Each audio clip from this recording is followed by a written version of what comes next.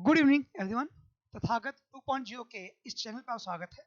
आज हम कल ही की सीरीज को आगे बढ़ाते हुए श्री अखिलेश झा सर, जो कि रिटायर्ड आईपीएस फॉर्मर डीआईजी हैं, उनके साथ जो हाल ही में मध्य प्रदेश पुलिस कांस्टेबल की जो नई भर्ती आई है उसके विषय चर्चा करेंगे और उससे जुड़े हुए कुछ महत्वपूर्ण प्रश्नों को सर के सामने रखेंगे। सर, मेरा पहला प्रश्न ये है कि बच्चे जो एग्जाम देते हैं उनके मन में होता है कि ये आरक्षक का पद है क्या, बेसिकली इसका हायरार्की में ऑर्डर क्या है, क्या पावर्स शक्तियां हैं। तो मैं चाहता हूं कि आप बच्चों को थोड़ा डिटेल बताएं ताकि जो बच्चे एग्जाम दे रहे हैं उनको हम और ज़्यादा मोटिवेट कर पाए इस एग्जाम को लेकर। आरक्षक का पद पुलिस डिपार्टमेंट में सबसे निचले पद क्रम का पद है।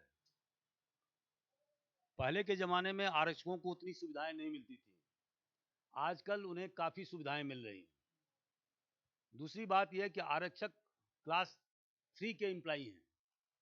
और एक बात और मैं आपको बता दूं कि पुलिस रेगुलेशन के हिसाब से आरक्षक से लेकर के डीजीपी साहब तक सभी को पुलिस ऑफिसर से संज्ञा दी गई है, न सभी पुलिस पदाधिकारी हैं।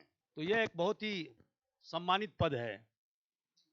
लेकिन इस पद के अलावा भी विशेष पुलिस अधिकारी का भी प्रावधान है, और जो पुलिस एक्ट के धारा 17 में इसका उल्लेख है कि जब भी कहीं पर बहुत भारी उत्सव या त्यौहार मनाया जा रहा हो, जहां पर कि लोकल पुलिस बल उतना पर्याप्त नहीं हो, तो विशेष पुलिस अधिकारी की नियुक्ति कुछ दिनों के लिए की जा सकती है।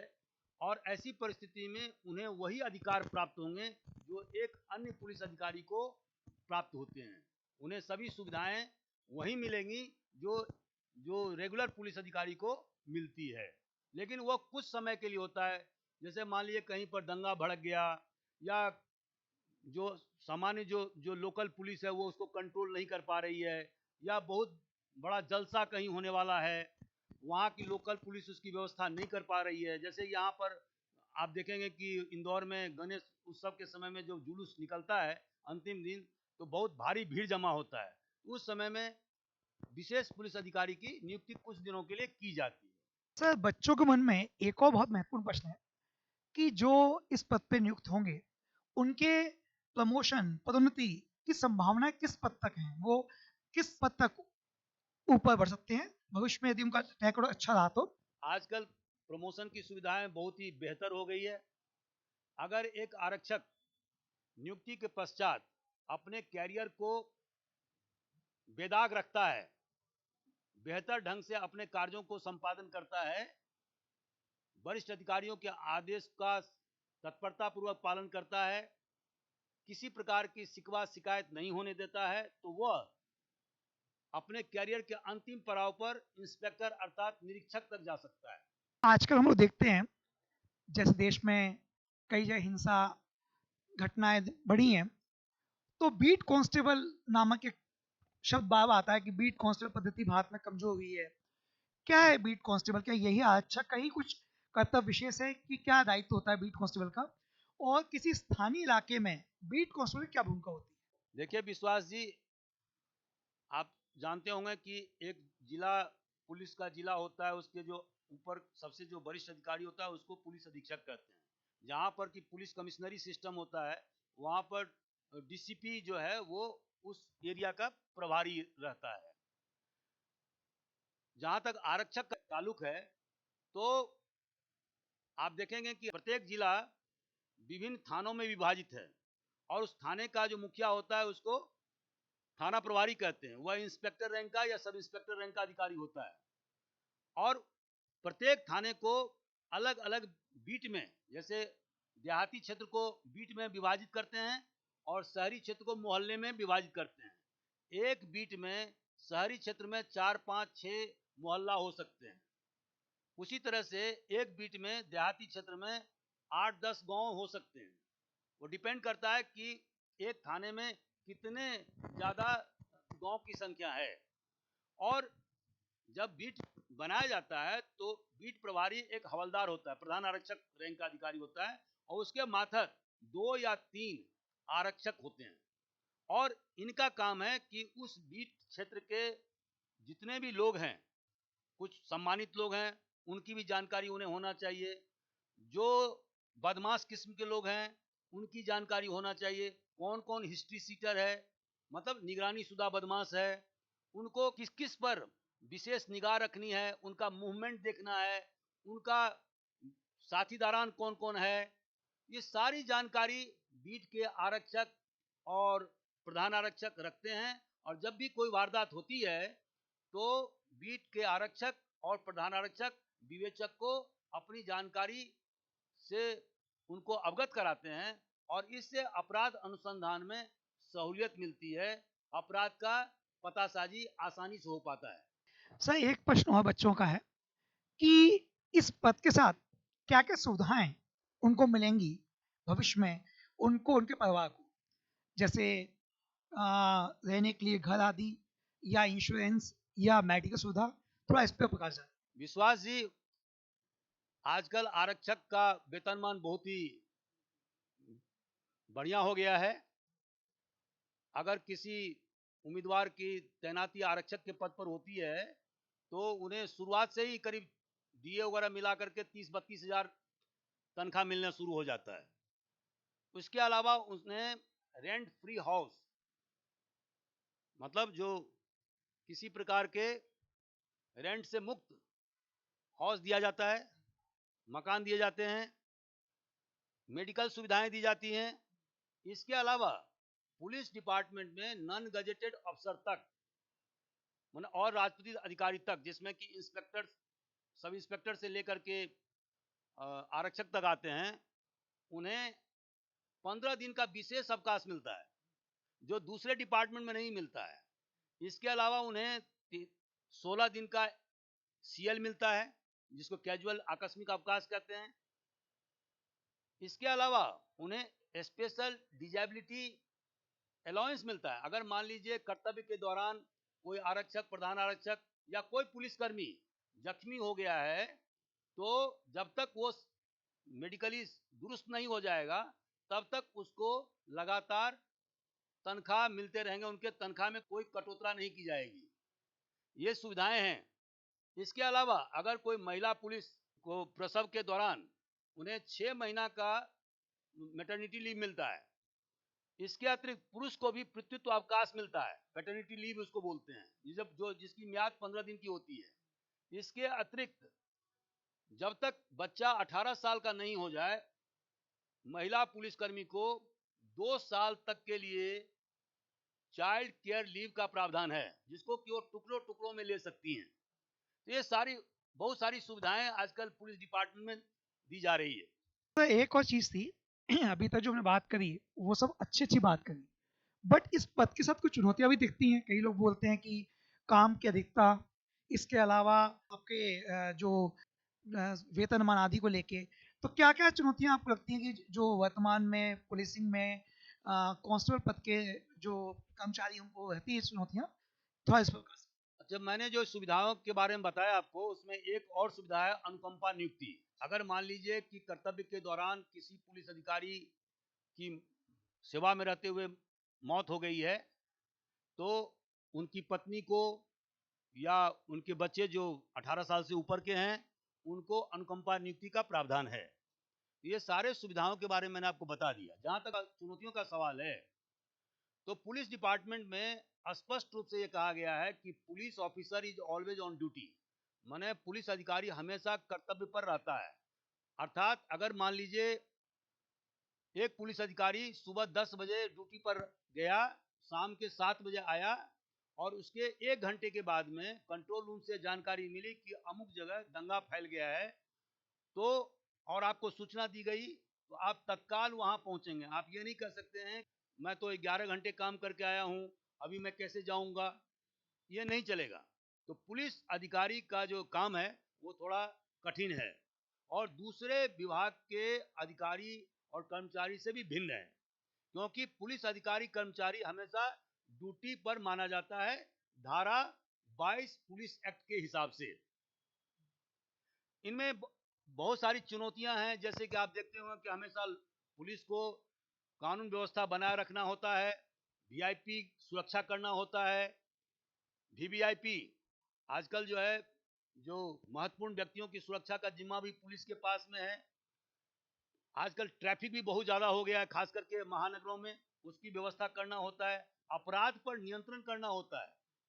अगर अपराध घटित हो जाए तो अपराध का अनुसंधान करना होता है, और समय समय पर वरिष्ठ अधिकारी और कोर्ट के द्वारा दिए गए निर्देश, जैसे कि समन्स वारंट की तामीली का काम भी पुलिस के जिम्मे है।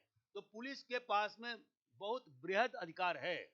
इसके साथ साथ उनकी चुनौतियां भी है। जैसे मान लीजिए कहीं किसी जगह अंधा कत्ल हो गया, माने कोई ऐसी घटना हुई, मर्डर की घटना हुई, जहां पर कि आरोपी के बारे में हमें पता नहीं है, तो उसको ढूंढने में, उनके पतासाजी करने में कभी कभी पुलिस को 24-24 घंटा, 48-48 घंटा काम पर रहना होता है, घर घर से बाहर।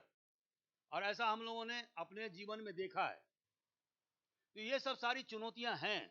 लेकिन जब पुलिस अधिकारियों को समय समय पर प्रशिक्षित किया जाता है तो उनमें वो निपुणता आ ही जाती है, और इस आधार पर, अपने एक्सपर्टीज के आधार पर, वो जितनी भी समस्याएं उनके सामने आती है उसको हल करने में वो कामयाब होते हैं। सर, कई बार सुप्रीम कोर्ट जजमेंट में और कई जगह हमने देखा कि ये कहा गया कि समाज में पुलिस की छवि को बदलने में कांस्टेबल की भी उतनी भूमिका है जितनी कि वरिष्ठ अधिकारियों की। ऐसा कई लोग बोलते भी हैं। क्या आप इस बात सहमत हैं? और हैं तो कैसे?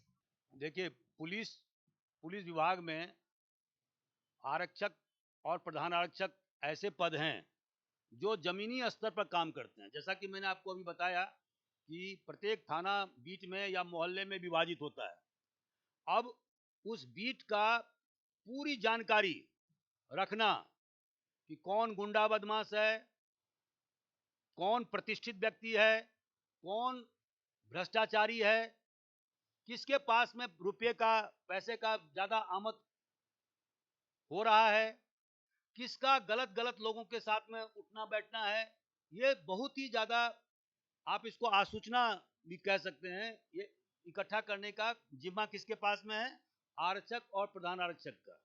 लेकिन इसमें सबसे बड़ी बात है कि आपको, मैंने पुलिस विभाग के जो ये दोनों पद हैं, और इवन इवन आप सब इंस्पेक्टर तक ले लीजिए, तो उनका काम है कि उनके साथ रहना, उनके जानकारी मुहैया करना, लेकिन उनके साथ संलिप्त नहीं होना। ये सबसे बड़ी जिम्मेवारी है। एक पुलिस अधिकारी को तो चोर बदमाश से ही जानकारी मिलेगा, लेकिन वो उनके साथ मिल करके भानगरी, मतलब लेन देन का काम ना करें, पैसे का खरीद का काम नहीं करें, और झूठे मामले में किसी सही व्यक्ति को ना फंसाएं। यह पुलिस के लिए सबसे बड़ी चुनौती है। और इसी मामले में कुछ पुलिस वाले फंस भी जाते हैं, कुछ पैसे के लोभ लालच में। तो ऐसा देखा गया है। लेकिन अमूमन 90% से अधिक जो पुलिसकर्मी हैं वो बेदाग रहते हैं, वो अपना काम बेहतरीन ढंग से करते हैं, वो सूचना मुहैया करते हैं और अपने वरिष्ठ अधिकारी को जानकारी देते हैं। और इससे उनकी जो भूमिका है वो पुलिस विभाग के कार्यप्रणाली को बेहतर बनाने में सबसे बड़ी भूमिका उन्हीं की है। सर, एक प्रश्न और कि हम देखते हैं कि पिछले कुछ समय पहले मध्य प्रदेश में वरिष्ठ अधिकारियों ने अपने कर्मचारियों को या अपने निचले दर्जे के अधिकारियों को आदेश दिया कि सोशल मीडिया से दूरी बनाइए, आप लोग रील आदि मत बना के डालिए, और कई लोगों के ऊपर कार्रवाई भी की गई। तो पुलिस डिपार्टमेंट को ऐसा क्यों रोकते हैं? बाकी डिपार्टमेंट में तो लोग कर रहे हैं, वहां पे इतना ना चर्चा का कोई विषय है ना कोई रोकथाम का। पुलिस के मामला संवेदनशील क्यों आता है? देखिए विश्वास जी, पुलिस विभाग का जो काम है वो जनता से सीधे सरोकार का विभाग है ये, और जनता के सुरक्षा संरक्षा का पूरा जिम्मा पुलिस विभाग पर है। दूसरी बात यह है कि पुलिस विभाग में आप अगर पुलिस एक्ट की धारा 20 को देखेंगे तो उसमें स्पष्ट रूप से कहा गया है कि पुलिस विभाग के अधिकारी कर्मचारी केवल पुलिस का काम करेंगे। अगर आप धारा 10 में देखेंगे तो उसमें लिखा हुआ है कि पुलिस अधिकारी कोई वाणिज्य व्यवसाय नहीं करेंगे, किसी प्रकार का कोई लेन देन किसी आम जनता के साथ में नहीं करेंगे। ये सारे चीज इसलिए बताए गए हैं ताकि पुलिस का जो काम है वो लिमिटेड हो, जो उसको काम दिया गया है धारा 23 के तहत में उसी पर वो फोकस करे। अगर वो दूसरे कामों में व्यस्त होगा, अगर सोशल मीडिया पर एक्टिव होगा, तो अपना काम नहीं कर पाएगा, क्योंकि उसके पास बहुत जबरदस्त जिम्मेवारी है, चुनौती है। समाज बहुत तेजी से प्रगति के पथ पर चल रहा है, समाज बहुत ज्यादा कॉम्प्लेक्स होता जा रहा है। हमारे यहाँ शहरीकरण की प्रक्रिया तेजी से बढ़ रही है और उसमें पुलिस की भूमिका भी बढ़ती जा रही है। ऐसी परिस्थिति में अगर कोई पुलिसकर्मी सोशल मीडिया में अनावश्यक रूप से व्यस्त होता है, तो इसका मतलब है कि वो अपने काम को सही ढंग से अंजाम नहीं दे पा रहा है। कुछ लोग यूट्यूब भी चला रहे हैं, कुछ लोग वर्दी पहन करके क्लास का भी संचालन कर रहे हैं, वो सब गलत बात है। आपको इसके लिए अपने विभाग प्रमुख से अनुमति लेना होगा, तभी ये सब काम आप कर सकते हैं। अन्यथा आपको पुलिस सेवा शर्त जो पैरा 64 है पुलिस रेगुलेशन का, उसके तहत में आपके खिलाफ विभागीय जांच संस्थित की जा सकती है और आपके खिलाफ कार्रवाई की जा सकती है, क्योंकि पुलिस विभाग एक अनुशासित विभाग है। तो डियर स्टूडेंट्स, जैसा कि आज का हमारा सेशन रहा, हमने कोशिश करी है कि आपके सारे प्रश्न बोलिए और सर ने सभी प्रश्नों को आपको उत्तर दिया। मुझे आशा है कि इस सेशन से आप आगामी परीक्षा के लिए बहुत मोटिवेट होंगे और पूरी मेहनत और लगन के साथ परीक्षा देंगे। और इन्हीं शुभकामनाओं के साथ आज का हम सेशन खत्म करते हैं। अगले सेशन को हम वापस शुरू करेंगे और आपका यदि कोई विचार है या आप चाहते हैं किसी स्पेशल टॉपिक पर बात करें, तो नीचे हमें आप कमेंट बॉक्स में आके कमेंट करें, बताएं। हम कोशिश करेंगे जल्द ही उन सब सेशंस को पूरा करें। और भी एक्सपर्ट्स हमारे सेशन में आएंगे जल्द ही, कई और हम लोगों को बुलाने वाले हैं आपके लिए। आशा है कि ये सेशन आपके लिए बहुत फायदेमंद होगा। धन्यवाद।